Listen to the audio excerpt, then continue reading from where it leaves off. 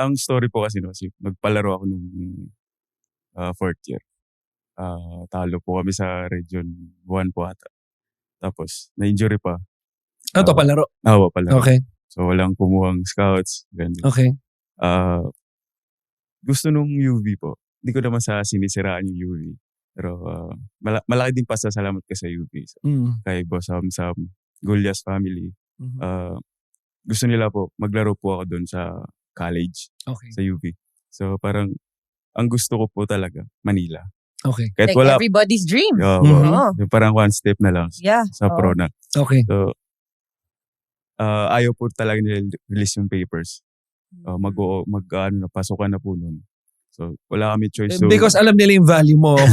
Di ba? Yung maitutulong mo sa programa nila. Siguro po. Tapos, yeah. ang inaano pa nila, wala kasiguraduhan po doon kasi lilipad po kami Manila. Magta-try out lang po. Wala pong kukuha ang school.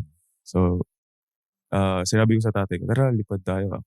Bahala na yung Tapos, kung sino-sino lang po nilapitan namin para matulungan, ma-release yung papers ko.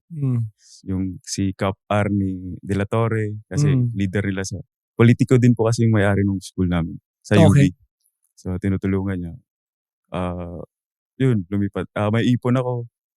Bumili kami ticket na tatay ko. Kami lang muna ng dalawa. At your own expense? Yes po. Grabe naman tong story na to.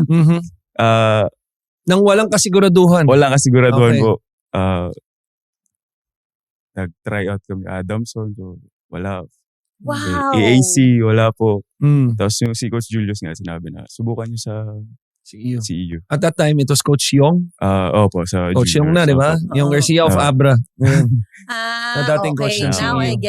I get it. Okay. So from CEU, kaya ka napunta sa San Juanites. Opo. Ganda ng story. Kasi si Coach Yong, para sa kaalaman ng ating mga viewers, long-time assistant yes. ng San Juan. Kay Coach Randy. Under kay Coach Randy Alcantara.